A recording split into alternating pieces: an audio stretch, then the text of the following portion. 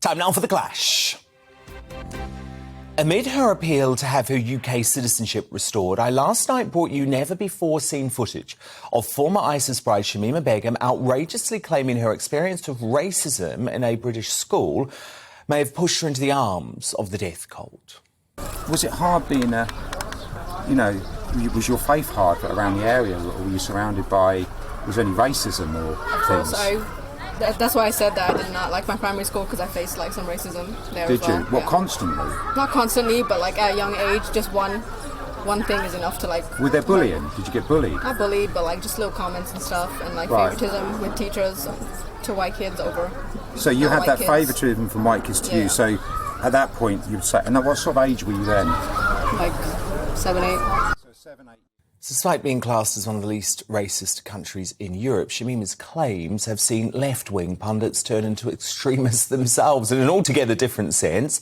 Speaking on the Jeremy Vine show, political commentator Marina Purkis made this extraordinary statement. I just think if Shamima were a 15-year-old white girl with blue eyes who had been groomed in this way, we wouldn't be having this conversation. I think that's completely wrong, because we stripped Jihadi Jack's citizenship and he was white.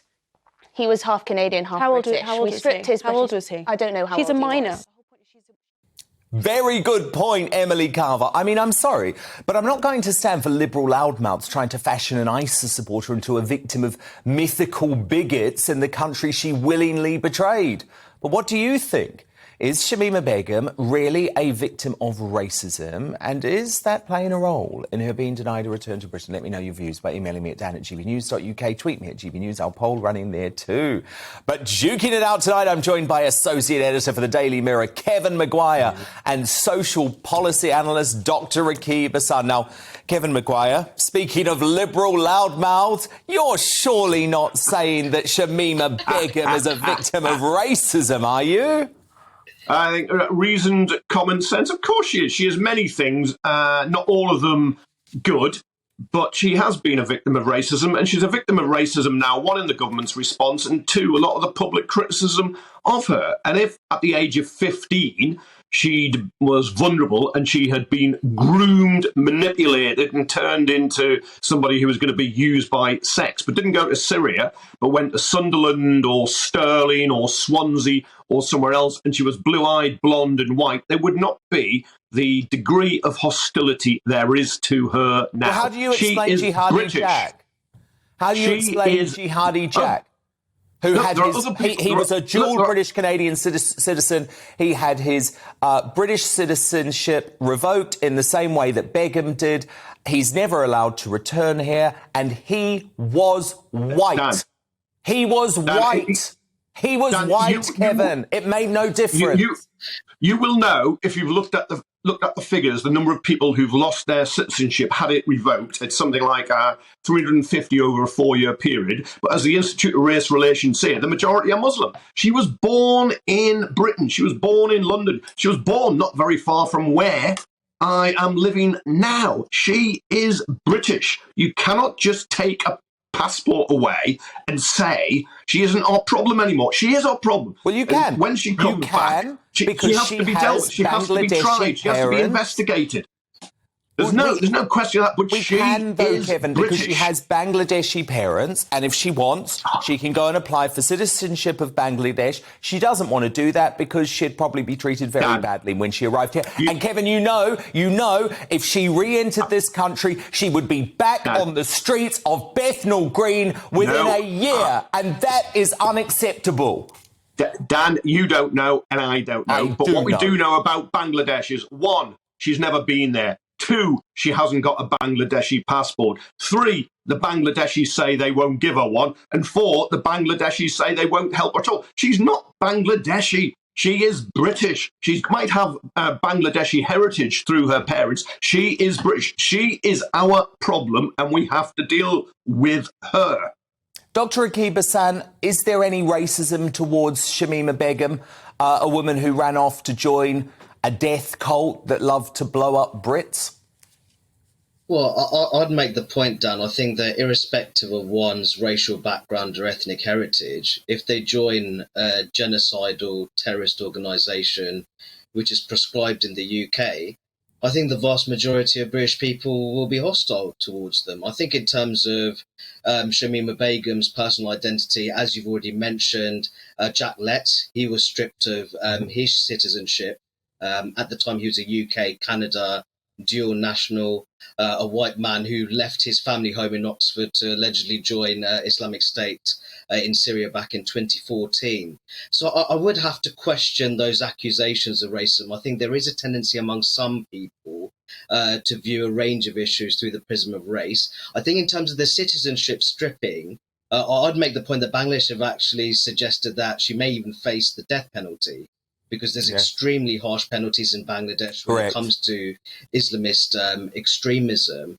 So the one thing I would say, Dan, I don't think that citizenship stripping is a long-term strategy when dealing with these kind of cases. What I'd like to see is a modernisation of our treason laws, where you see very strong penalties for those who are found guilty of joining and being a member of a proscribed terrorist organisation.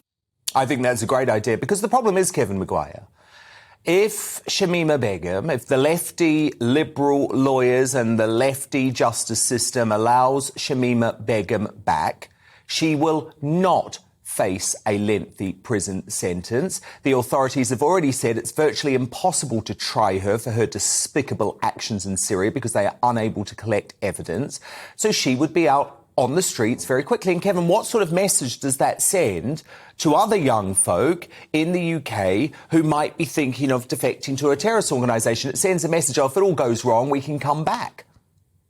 And Dan, conservative right-wingers like David Davis, the former Brexit secretary, on principle says she should be allowed back. I know he does. We have to deal with her too. There was no but question. I disagree. There's probably three to 400 people who went to join ISIS are thought to be back now and have come to none of getting the hostility she is getting. I think some of it is also because she is a woman. I'm not denying there is a problem. I'm not denying that she will have done some wrong, but she was age 15. She was groomed. She was manipulated. She was taken for sex. She was married off to an older fighter. And yes, she found it exciting at the time. No, that's what Kevin, happens with people Kevin, who you're are groomed, stating that whether as they're fact. groomed individually or by gangs. But you have to deal with it. Now, if I went off and joined some terrible death cult, and ISIS is a terrible, theocratic, medieval, awful cult, I couldn't have my passport removed. She's had her passport removed because she has Bangladeshi heritage. Kevin, and that is where the racism Kevin, comes in.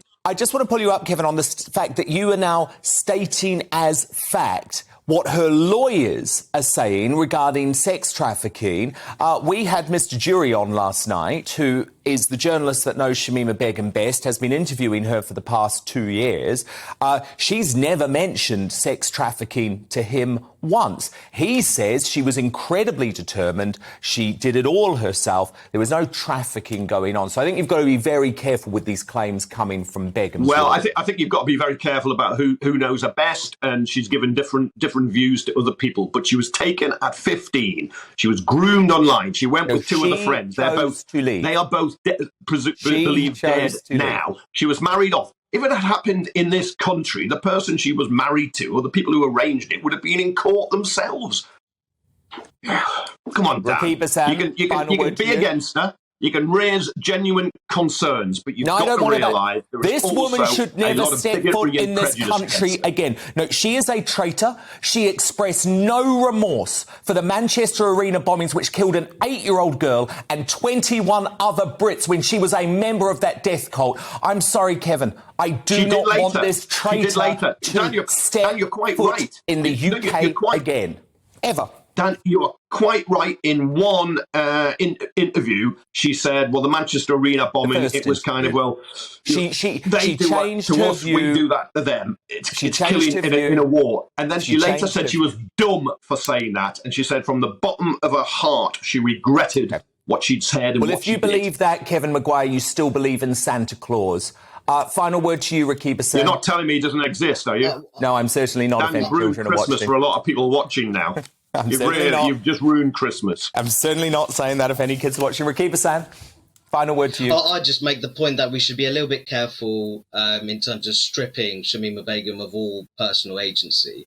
A lot of people have used her age as a defence, that she was 15 years of age when she joined Islamic State. I'd make the point that the age of criminal responsibility in England and Wales, I believe, is 10. So she was actually comfortably above that. I think that when we're looking at these, there's these suggestions by her legal team that she may have been a victim of sexual trafficking.